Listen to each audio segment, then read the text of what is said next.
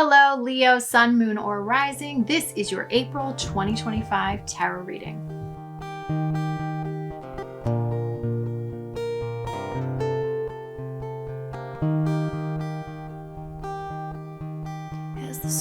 Hello, beautiful Leo. Welcome. My name is Darian. This is Darian Empire, and we are going to get into your reading for April 2025. I hope that you are faring well during these eclipses and all of the planets being in Pisces and Aries right now. Most of them, not all of them. And all the retrogrades. Hope things are going well for you. So when I look at your energy, it is black. The energy just of Leo's overall. And it feels more powerful. So it's not black in the sense that it's like dark, but black in the sense that it's very powerful, the energy, the color of it. So let's see some overall energies. You've got the Queen of Swords in reverse. For the month, you might struggle with clarity. You might struggle with maybe getting a little too overpowering things and just like cutting people out like crazy or cutting things out like crazy. And it might be a little bit too much. So just be careful with that. Let's see what your struggles are. It's always the positives. So struggles are the 9 of Cups. So you want to be careful when it comes to wanting to find power, because this feels like a month for you where it's like a month of empowerment for you. You could get a little bit tyrannical. You could be a little overly satisfied with yourself this month. And I'm getting the sense it could be like, I'm good by myself and I have everything I need and I don't need anybody else. Or it could just be, struggling to figure things out, like feeling just kind of confused, being contented where you are and not wanting to move out of that space. Possibly.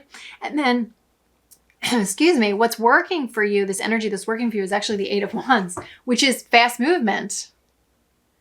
So being contented where you are might not actually serve you this month. It might serve you to allow things to move quickly instead. So the higher divine potential or advice for you here is the 8 of Pentacles. So 8 of Pentacles is about being in the present moment and working on what you're working on right here and now. So taking it one step at a time. If you have a multitude of things in your life that you're trying to change or work on, it serves you best this month to just do one at a time. One area of your life. Focus there and then over to the next area of your life. Or, I'm seeing like this could be literally or figuratively, but like almost like when you zone clean your house, like just go to one corner and just clean the whole corner and get it to where you want it to be before you move to the next. Now, that might not always work for you, but for some reason this month it is coming up that benefits you to work that way now. Also, I'm kind of sensing too that with that 9 of Cups being in the struggle space, could there be this desire to want it all to be all together? Like you want all the rooms in the house and all the areas of the house to be done at once? Well, this energy is actually saying focus. Focus on one area at a time. Focus on what you're working on in the here and now, and things will move quickly. That is on your side. So sometimes it's just about taking a breath, accepting where we are, being in the present moment, taking it one step at a time, and that builds momentum very quickly. Sometimes it actually works against you when you're doing everything all at once. Okay, so week by week, Queen of Cups, beautiful. Oh, we've got the World card. Oh, the King of Pentacles, get all sorts of good. Okay, so the first week for you, we've got the Queen of Cups? Yeah, Queen of Cups. This is a very beautiful energy. It's very mothering, very nurturing, very self-loving, very emotionally mature. And And even like exercising that, like I see potentially having a really emotionally mature conversation with somebody where you're like, I felt really healthy. That feels really good. And you both can kind of reciprocate and have, benefit both of each other and both kind of walk away feeling like, oh, that was healthy. It could also be a conversation you have with yourself.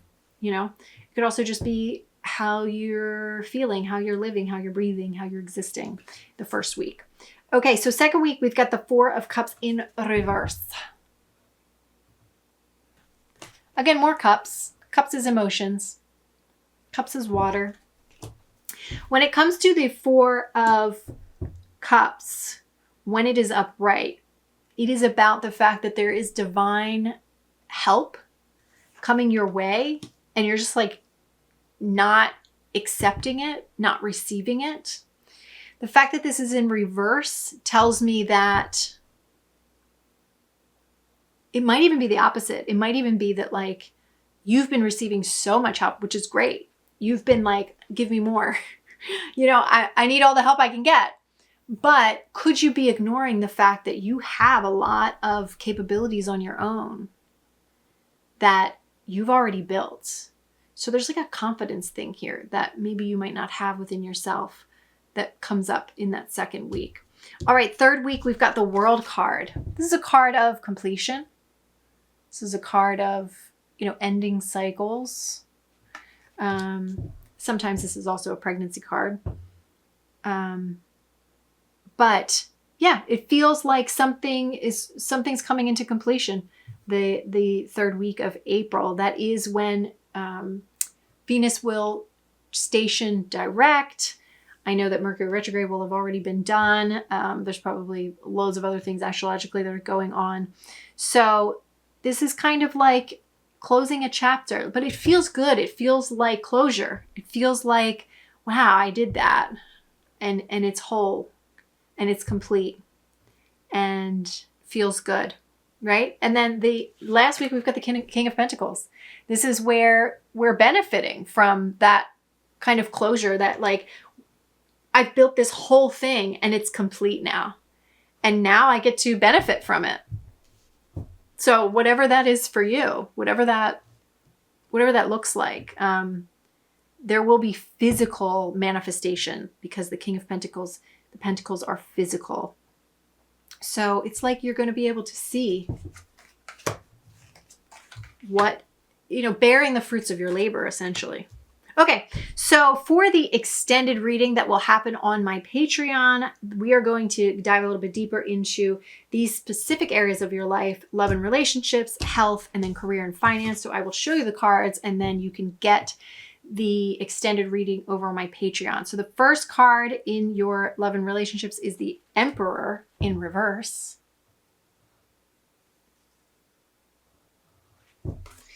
And then in health is the Ace of Swords. And then in career and finance, it is the Seven of Swords. A lot of people have been pulling this card. I feel like I've pulled this card for 3 out of the 4 that zodiac signs that I've recorded thus far.